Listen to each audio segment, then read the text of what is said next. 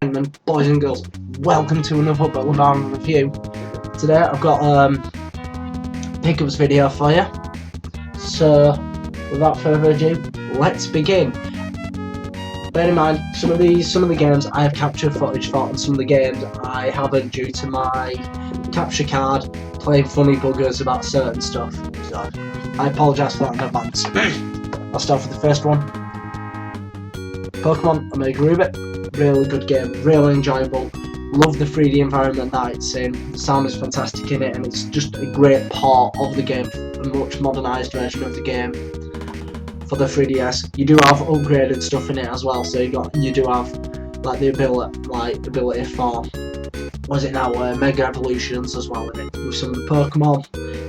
I've never really played Pokemon Ruby on the Game Boy Advance. I only played like once or twice, but so far I'm loving this game anyway, and I picked this up at a midnight launch along with Alpha Sapphire for the 3DS. Alpha Sapphire though is a present from my niece, so I'm keeping Omega Ruby. The next lot of games I got in a bundle, and the reason why I got them mainly was for one game.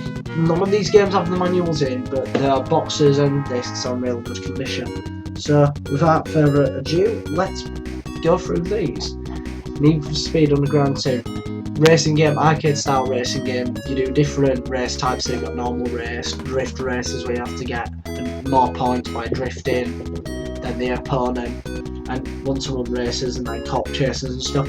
The game itself, I'm personally not a fan of. I'm not a fan of these games, never have been really, but for the price that I paid for them, not too bothered really. Next one, I haven't played yet, but I'm interested in playing, so if any of you lot who are watching this can tell me a bit more about the game before playing it, then fair enough. But it's an interesting idea, like in the Great Escape style game, where you've got to escape from Colditz and what's the other one, Stylish Luft. You're a prisoner of war in World War II, and you've just got to escape from these camps. So it's a full stealth game as well, the looks of it. I'm interested in finding out what it's like, and that's Prisoner of War. Well, the box art could have been better, but the game itself seems like a cool idea and a cool premise, so I am looking forward to playing on that. The next game is 007 Nightfire. This is a first-person shooter game as well with some driving segments. This game could have been better if they utilised some of the other assets, like using assets from, like for the first person aspect from the Battlefield games, and the driving aspects actually from, the Need for Speed series, since it is EA and they've got the rights to do that. But it seems like a pretty quick slap and dash effort. The controls are awful, the storyline isn't that good, and yeah. Unless you see it for about 50 pence to £1, do not buy this game. I don't personally like it, so that's just my opinion. Okay, and the reason I got this bundle for the price that I did was because of one game that were in it, and the actual disc is in my console now, and I've recorded some footage for it, so you'll be seeing some footage probably in this corner here. You all know that I'm a big survival horror fan. I mean, a massive survival horror fan. So me getting this game, I've seen it, everyone goes mad about it, and I've never played them, and I've been wanting to. And that is Project Zero for the Xbox. And the reason I want to get them on the Xbox rather than PS2 as well is mainly because of the Xbox's hardware. It can run games a lot better, and all the director's cuts versions of the games are actually on the Xbox, not the PS2. So far though, this game is fantastic. I love the art style in it, I love how it's dark, isolated. The fighting mechanic took a bit of a while to get used to, having to use a camera, and then you've got to keep the ghost in frame before you can capture the ghost, where you get experience points to upgrade your camera. The sound assets are fantastic in the game. It proper sets the mood. When you play this game, you do feel alone, you do feel isolated, and it is spooky. It has got a lot of jump scares in it as well, which is quite nice in the way how that works. as well, which is kind of expected in a survival horror game. And there are puzzle elements as well. I haven't really done a puzzle as of yet. It's always been pick up this piece, bring it back here. But I haven't done any, like, you know, puzzle solving. But there seems to be one coming up in the game, so I'm looking forward to finding out what that is. But this game is fantastic, and I recommend everyone pick this up and play it. It is a great game. It is scary as all hell, and it's very reminiscent of the Silent Hill series in a way, about how dark it is and how dark it looks, but it's got its own Japanese feel to it. So I mean, if you played on, what is it, Forbidden Siren on the PS3 or PS2, it's very similar art style to that, created by Tecmo. I can't say more than that. It's a brilliant game. The next one I got is more or less an upgrade from an existing version of the game that I have. And the original game that I have is just the cartridge and the case, but I don't have the manuals or any of the stuff that comes with it. So when I saw this online, I paid a lot of money for it. I paid about £20. So I'm happy to say that I paid £20 for it, but I'm happy to have it because it's nice to have the hint book as well. So without that, the game is quite difficult and to know what you do, because you have no direct correlation where you're going or what your plan is really.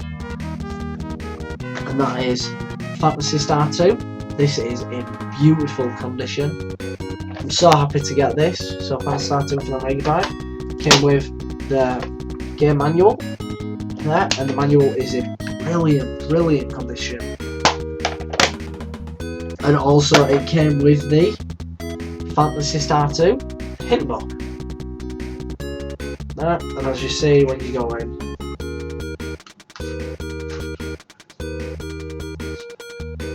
it's a hint book, so it doesn't really tell you about the story, it just gives you hints like, you want to get this before you go here, you want to be at this level. So it's more of a helper's guide rather than an actual strategy guide in that respect.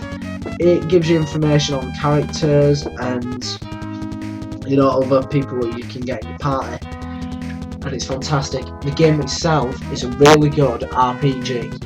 I love the idea of, you know, you see your party behind you following you, and I love this futuristic yet medieval kind of setting that they have going for it. But I do have to say that is some of the worst box art I've ever seen for a game.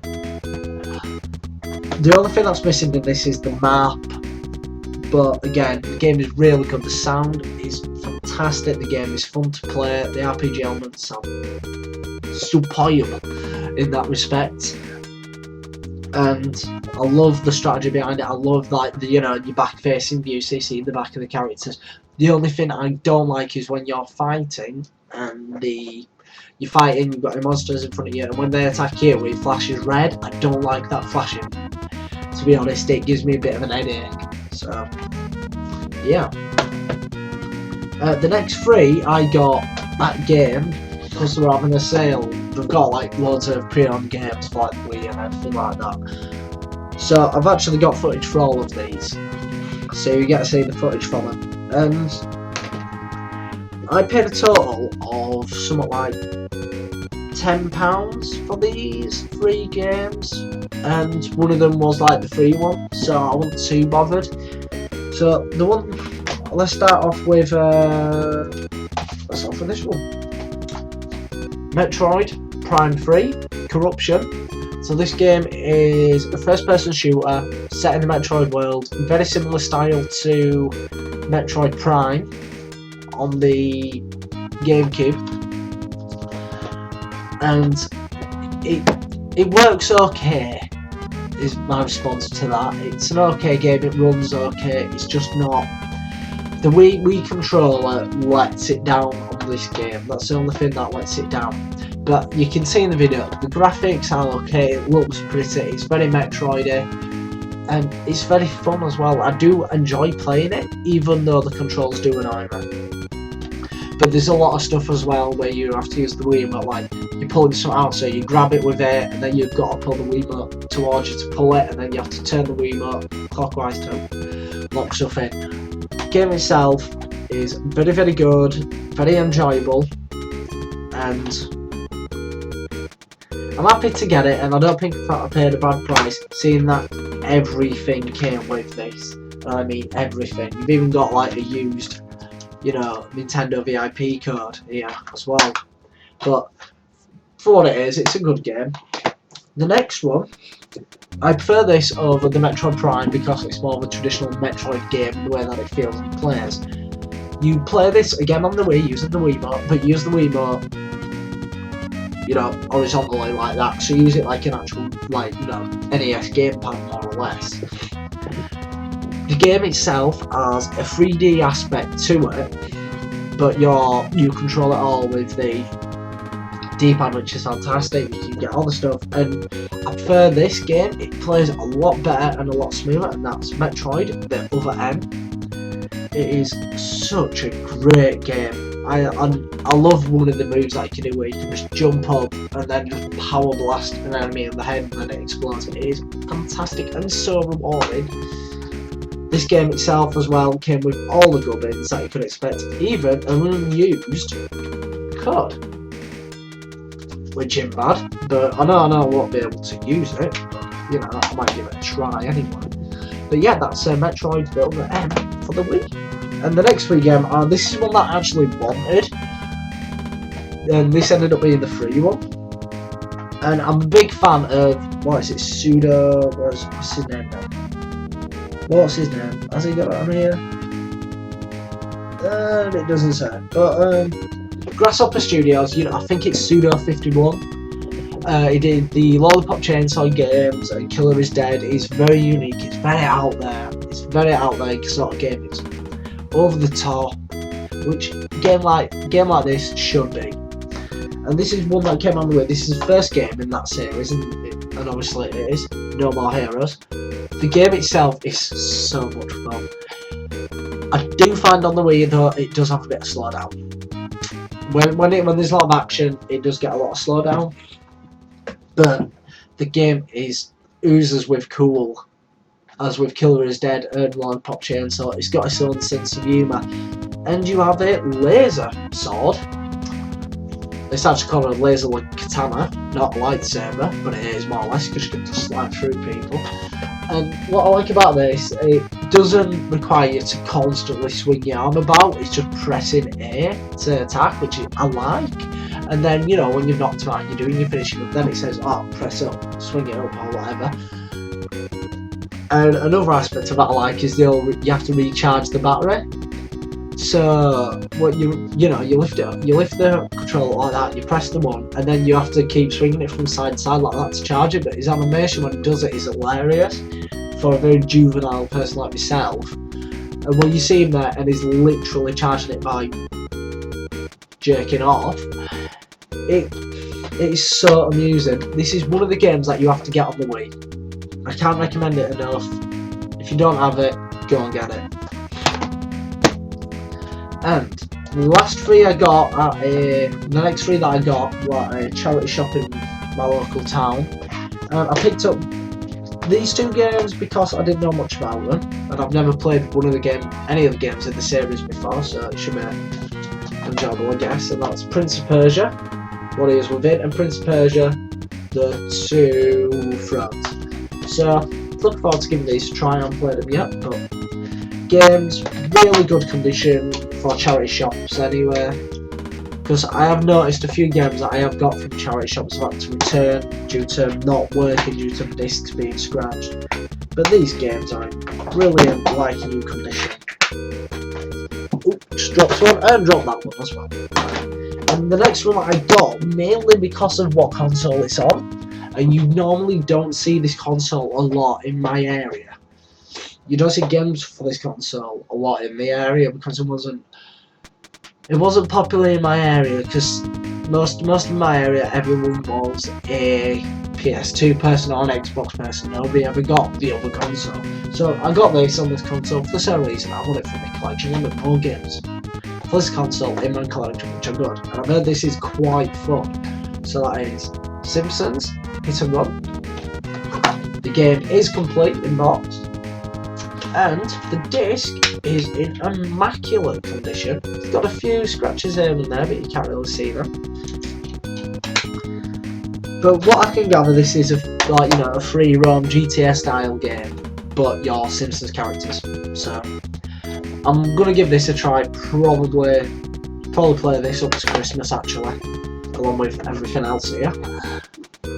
But yeah, and the last thing that I got is actually a tech item. It's very tech item, and I got this as a curiosity, passing curiosity. So in Morley we have this thing called the indoor car boot, which happens every other Saturday, but coming up to Christmas it's not every Saturday. So I'm going to try going to every one if I'm not working.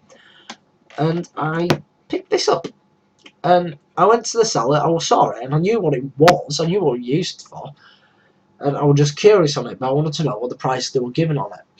So I went up to them and asked for the price. They gave me a fair price. I was like, okay, I'll take it for that price. And what it is a Razer Nostromo Expert Gaming keypad. It's not complete in box, but it is boxed. So it's missing like the manuals and the Razer stickers and all that malark.